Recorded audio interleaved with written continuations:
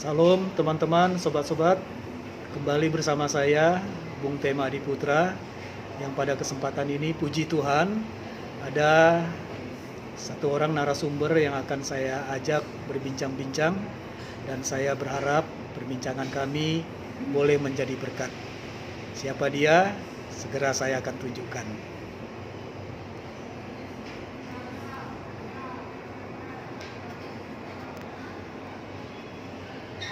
Ya, teman-teman, sobat-sobat, di hadapan saya ada Ibu Evangelis Erly Purba, dan saya sudah cukup lama mengenal aktivitas beliau, terutama dalam kegiatan persekutuan doa.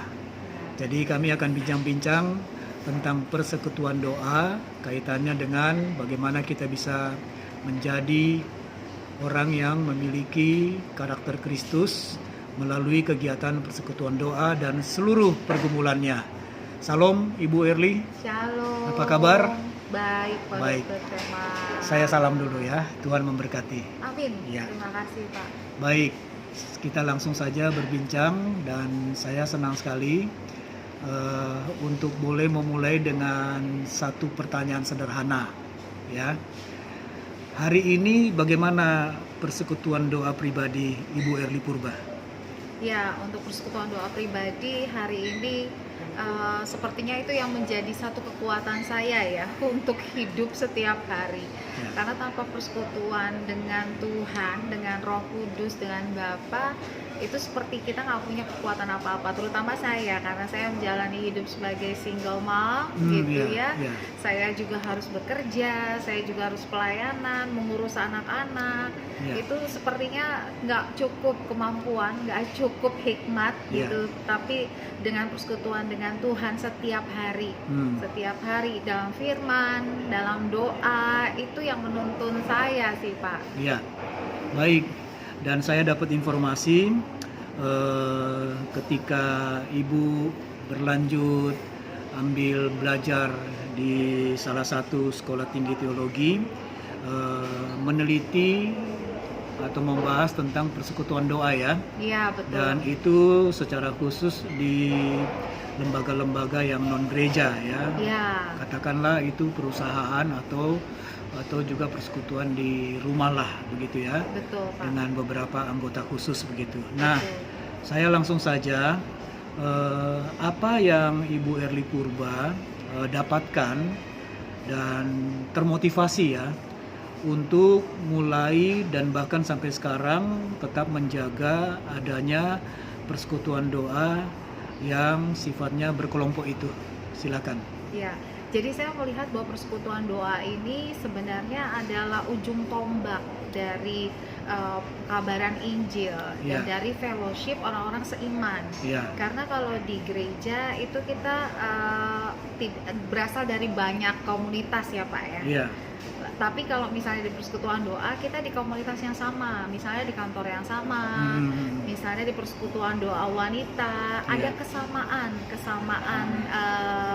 pekerjaan atau persamaan hidup ya. Misalnya sebagai seorang ibu gitu, kita ada persekutuan doa ibu. Nah, itu justru betul-betul apa yang dibagikan firman Tuhan, lalu kemudian fellowship bersama, itu menjadi satu kekuatan untuk anggota-anggotanya untuk terus tumbuh di dalam Tuhan, melalui pekerjaannya, melalui profesinya, dan itu sangat-sangat memberkati, terutama untuk perusahaan ya, Pak ya. Di perusahaan ketika ada mezbah doa yang dinaikkan, pasti ada kemurahan Tuhan atas perusahaan itu. Pasti ada kebaikan Tuhan yang turun atas pekerjaan, atas kantor itu. Itu yang saya percaya dan saya lihat sih, Pak. Baik.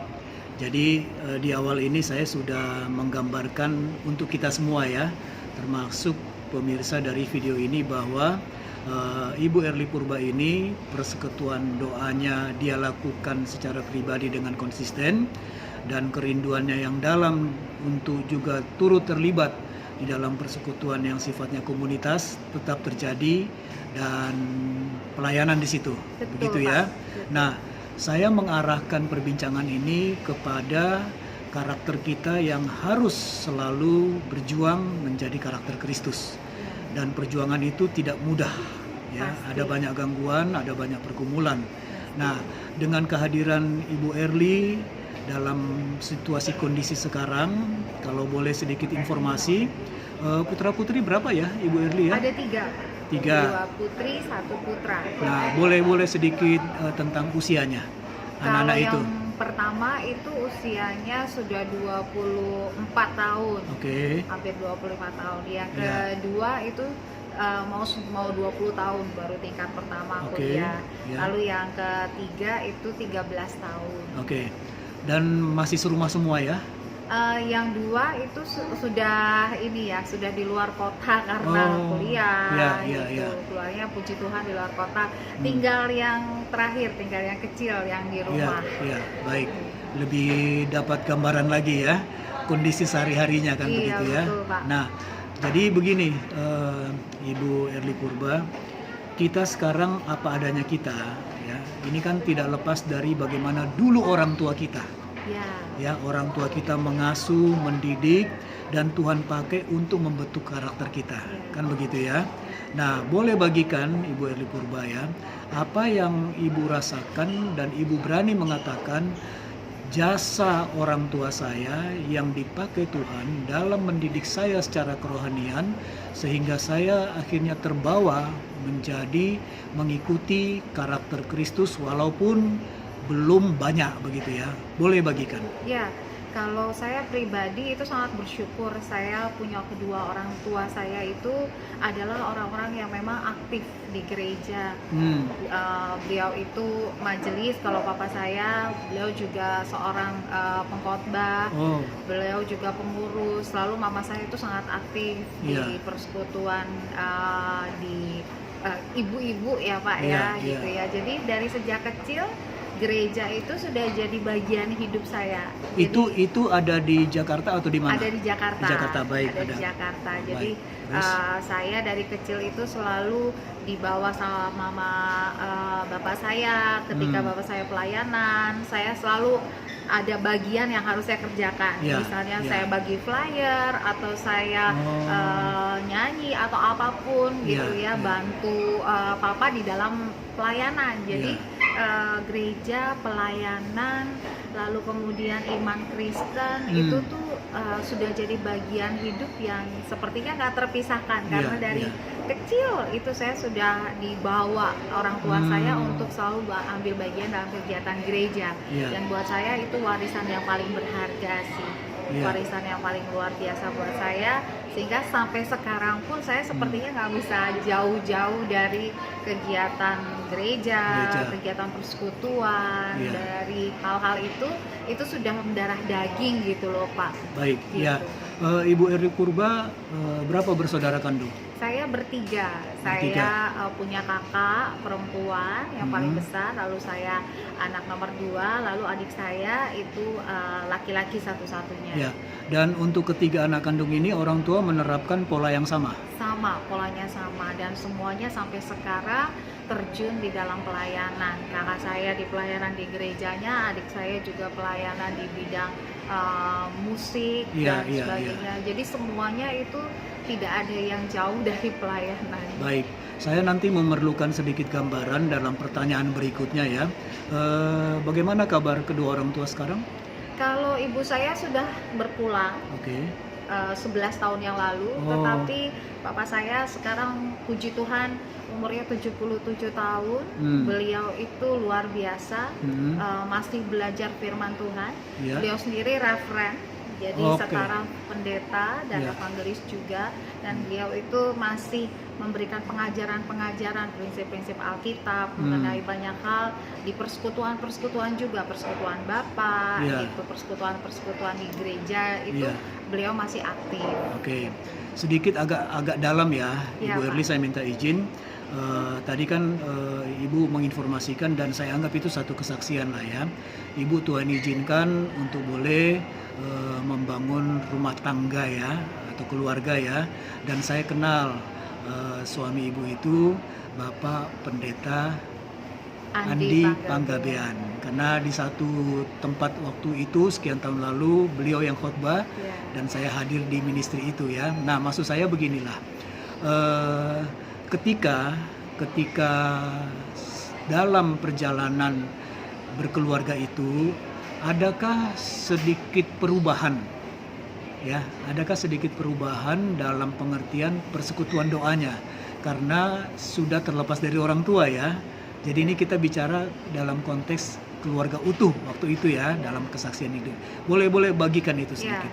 justru dalam pernikahan dan rumah tangga kami, persekutuan doa, kantor, persekutuan doa di komunitas itu justru jadi bagian pelayanan kami yang paling besar. Ya, Dan saya mengenal persekutuan doa itu juga dari beliau, karena Ya. saya selalu mendampingi beliau Oh, ketika ya. beliau melayani. Ya, ya. Dan saya selalu dimintakan bantuan untuk menyiapkan materi, menyiapkan PPT, apa yang mau kita sharingkan, lalu Iya. kita sering ngobrol juga untuk beberapa tema.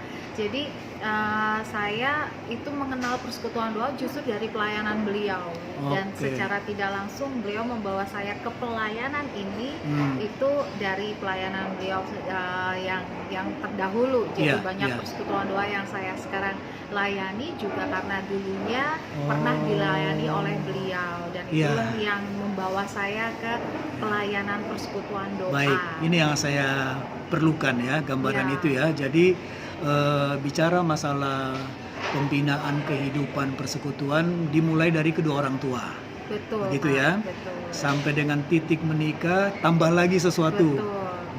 Datang dari almarhum Bapak Pendeta Andi Panggabean, ya. Iya. Dan itulah yang sekarang ini diteruskan, kan, Betul, begitu, ya. betul. Nah, berbicara tentang persekutuan doa pribadi, ya, kita sekarang masuk kepada pergumulan, ya, pergumulan. Ada kalanya siapapun dia mengalami satu kelelahan rohani. Ini kita bicara pribadi, ya. Ya. Bukan dalam konteks dengan anak, dengan siapapun, kelelahan rohani. Dan kalau itu tidak diatasi, fatal. Apalagi Ibu Erli dan saya, kita masuk dalam satu posisi hamba Tuhan, ya. Betul. Apa yang pernah Ibu Erli alami, ya, katakanlah turunnya semangat persekutuan doa pribadi. Ya, kadang-kadang pasti kita akan mengalami masa-masa seperti itu, karena kita manusia, ya. Ya, ya. Manusia Ya. kita terbatas sekali. Betul. Ya, namanya tubuh itu sangat berat untuk terus mau bersekutu dengan Tuhan. Ya. Roh itu penurut, tetapi Ya. kan tubuh tidak, gitu. Ya. Tetapi saya menemukan di masa-masa di mana saya lemah Ya. dan betul-betul kayaknya nggak kuat atau bosan sama sekali, gitu, ya, ya. ya. Karena setiap hari harus belajar firman, belum lagi pelayanan yang Jenuh, ya. rapat, betul, jenuh, gitu. Lalu saya menemukan di situ tangan Tuhan itu yang tidak pernah mau melepaskan saya. Roh Kudus itu yang tidak pernah mau meninggalkan saya. Jadi seberapapun saya sepertinya mau menarik diri dari Tuhan saya, nah Tuhan saya itu yang tidak pernah melepaskan saya. Ya. Itu yang membuat saya terus bisa berjalan, bangkit lagi, karena memang kan firman Tuhan juga bilang, ya Pak Tema, ya, 7 kali orang benar itu jatuh, tetapi Tuhan selalu membangkitkan. Orang benar pun bisa jatuh, hamba Tuhan bisa bosan, tapi percaya, dan saya mengalami tangan Tuhan itu tidak pernah bosan untuk membawa kita kembali. Apa dampak, ya, Ibu Erli Purba, ya? Apa dampak yang Ibu rasakan, ya, dalam bagian kita itu masuk kepada titik-titik jenuh, ya, yang pada akhirnya memang harus bangkit.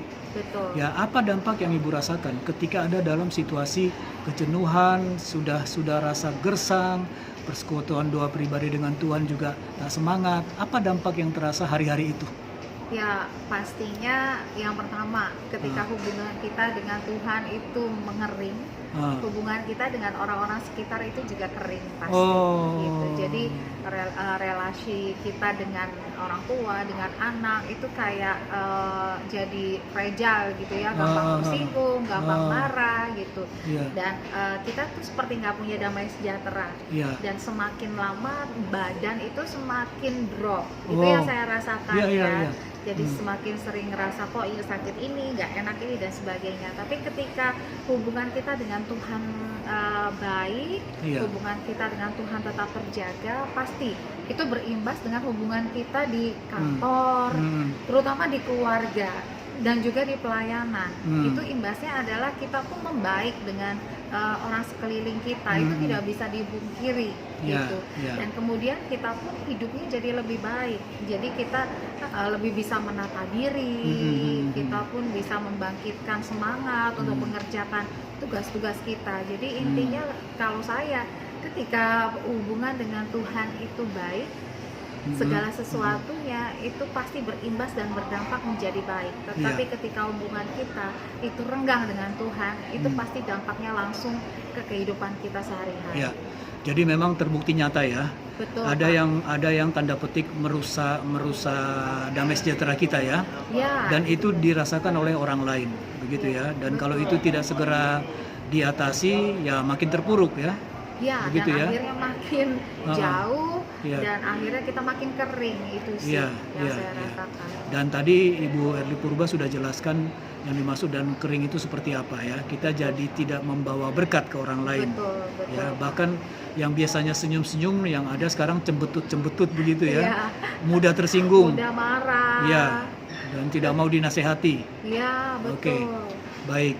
Ada satu hal lagi yang saya ingin gali sedikit dan sebelumnya minta maaf karena saya merasa perlu ini pemirsa video ini mungkin juga sama mengalami ya dengan Ibu Erli Purba. Ketika pasangan kita ya dipanggil Tuhan, itu masing-masing orang kan beda ya dalam pengertian beradaptasi pada situasi baru, ya kan? Dan itu sangat mempengaruhi persekutuan doa dengan Tuhan, kan begitu ya? Iya, betul. Boleh Ibu bagikan satu gambaran yang Ibu alami, tapi lebih juga nanti kepada Ibu bangkit dan menerima satu situasi baru. Ini mungkin sangat berguna ya untuk banyak pemirsa video ini. Silakan Ibu Erli. Ya, jadi Tuhan izinkan satu momen di mana saya kehilangan yang menurut saya adalah orang yang paling penting dalam hidup saya. Ya, pasti itu. Ya. Jadi karena dia, sudah dipersatukan ya. Betul, dan dia adalah tonggak hidup saya ya. Hampir 24 jam lah kita bersama, pelayanan bersama ya, di rumah bersama, dan kemudian itu secara tiba-tiba beliau berpulang tanpa ada sakit apa-apa. Tetapi dari perjalanan proses saya, dari mulai kehilangan, lalu kemudian kedukaan, lalu pelan-pelan itu bisa bangkit lagi. Saya melihat tangan Tuhan itu sudah terus menuntun saya. Seminggu sebelum beliau meninggal itu Tuhan kasih saya satu firman yang sudah sering saya baca, tapi Tuhan bukakan satu pengertian baru, yaitu tentang talenta. Jadi di ayat awalnya itu dikatakan ada seorang tuan yang memberikan talenta kepada hambanya. Di situ Tuhan jelaskan bahwa talenta itu bukan milik si hamba. Talenta itu adalah milik tuannya. Dan ketika tuannya datang meminta kembali talentanya, itu adalah haknya. Dan di situ saya mendapatkan pengertian bahwa segala sesuatu dan semua orang yang Tuhan izinkan ada dalam hidup kita itu adalah milik Tuhan, bukan milik kita. Jadi harus digarisbawahi itu ya. Betul. Semua itu milik Tuhan ya. Oke, lanjut. Jadi ketika beliau meninggal, saya diingatkan oleh Roh Kudus akan firman dan pewahyuan yang seminggu sebelumnya saya dapatkan. Jadi di situ ketika saya mau bertanya kenapa Tuhan, itu saya kenapa sudah dijawab. Kenapa dia diambil? Betul, gitu ya? Kenapa Tuhan ambil? Kenapa ini keadaan sedang baik? Lalu kemudian Tuhan ambil pulang dan sebagainya. Saya sudah langsung dijawab dengan ayat itu bahwa memang beliau punya Tuhan. Dan beliau diberikan dalam kehidupan kami sebagai keluarga gitu ya. Itu ya sesuai dengan waktunya Tuhan. Ketika Sang Empunya mengambil, sebenarnya saya tidak berhak untuk komplain. Itu yang saya dapatkan pertama kali. Tapi kemudian berproses. Kalau proses itu pasti ya. Betul. Karena kita kan ada jiwa ya. Ya, jiwa Dan salah itu satunya kan perasaan di perlu situ. dipulihkan. Ya. Tapi memang ada waktu-waktu di mana ketika saya dalam kedukaan, pasti persekutuan saya itu tidak semulus yang Ya, ya. biasanya Ya, gitu. Tetapi di situ ada satu perubahan musim dalam hidup saya, di mana saya betul-betul merasakan bahkan ketika saya rasanya mau menyerah, itu Tuhan yang selalu menopang. Ada masa-masa di mana saya nggak bisa berdoa, Iya, iya. saya nggak bisa baca firman, saya nggak bisa saat teduh. Tetapi yang bisa saya doakan itu cuma 2 kalimat saja, Yesus tolong, Yesus tolong. Itu yang terus menerus saya sebutkan. Jadi saya nggak bisa doa panjang-panjang. Tapi setiap pagi ketika saya rasanya nggak bisa bangun, karena saya nggak ngerti harus di mana, apalagi ngurus anak-anak. Jadi langsung ada satu katakanlah ya pegangan yang terakhir ya, dengan kata begini, betul. Yesus, Tuhan tolong, Iya, bukan kepada manusia, bukan. gitu ya. Oke. Karena saat itu ya dalam kedukaan manusia itu ada sama kita, memperhatikan kita, itu terbatas juga, atau mereka punya keluarga juga. Tapi waktu itu betul-betul Roh Kudus taruh di dalam hati saya cuma doa yang sangat simpel, sangat sederhana itu. Saya berkali-kali sepanjang hari ya, bukan cuma dari pagi, proses tapi sepanjang hari itu yang saya sebutkan cuma Yesus tolong, Yesus tolong. Saya mau jemput anak saya, tapi saya sedih karena biasanya jemput dengan suami saya itu, tapi saya harus jemput, itu yang saya sebutkan Yesus tolong, Yesus tolong. Gitu. Dan proses itu bahasa sederhananya manusiawi ya. Betul, Tetapi kita manusiawi. ingat kita tidak sampai tergeletakkan begitu ya. Itu juga satu ya, pegangan ya. Betul, itu ya dan amin. Tuhan itu nggak pernah membiarkan kita jatuh sampai tergeletak, tapi Dia terus angkat kita lagi, dan sampai akhirnya setelah proses kedukaan lewat, lalu kemudian saya mulai dipulihkan, Tuhan mulai berikan pengertian-pengertian baru, dan Tuhan membuktikan bahwa Dia itu Allah yang memelihara. Di situ saya mendapatkan kekuatan dan akhirnya kamu bisa melanjutkan hidup. Tidak terasa kita masuk ke bagian akhir. Sebelum wawancara ini tadi kita sempat diskusi tentang satu ayat firman Tuhan terkait dengan persekutuan doa, begitu ya. Nah, jadi dengan Ibu Erli Purba nanti membacakan satu ayat itu, kaitkanlah itu bagaimana persekutuan doa itu tetap ada di tengah keluarga, bahkan juga kepada anak-anak dan juga kepada komunitas, dan akhirnya juga kepada umat tempat kita melayani. Ya, silakan, ayat apa itu? Saya akan bagikan satu firman Tuhan buat kita semua ya. Saya bacakan aja ya. Dari 1 Korintus 15 ayat 58. Firman Tuhan tuliskan begini, karena itu saudara-saudaraku yang kekasih, berdirilah teguh, jangan goyah, dan giatlah selalu dalam pekerjaan Tuhan. Sebab kamu tahu bahwa dalam persekutuan dengan Tuhan, jerih payahmu tidak sia-sia. Nah, persekutuan dengan Tuhan itu yang membuat semua kehidupan kita itu ada artinya. Jadi kalau dikaitkan dengan kehidupan Bu Erli yang juga ini merupakan satu kesaksian, bagaimana itu teraplikasi di dalam kebersamaan dengan anak-anak, kebersamaan dengan sahabat-sahabat, kebersamaan dengan teman-teman di komunitas persekutuan, kebersamaan dengan umat di gereja. Itu catatan akhirnya singkat, silakan. Pak.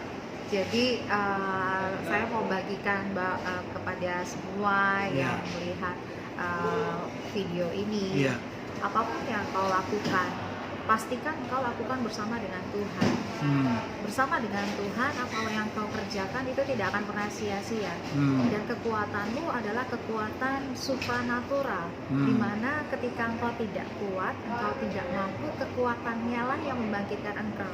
Jadi jangan pernah tinggalkan persekutuan dengan Tuhan, karena itu sumber kehidupan kita. Baik. Jadi ada ungkapan yang sangat menguatkan ya bagi anak-anak Tuhan. Doa adalah nafas kehidupan. Betul, Pak. Bagi anak-anak Tuhan. Tapi tidak salah juga kalau kita tambahkan persekutuan doa pribadi bagi siapapun anak-anak Tuhan adalah juga nafas kehidupan. Betul. Begitu ya? Betul. Baik. Nah, terima kasih Ibu Erli Purba.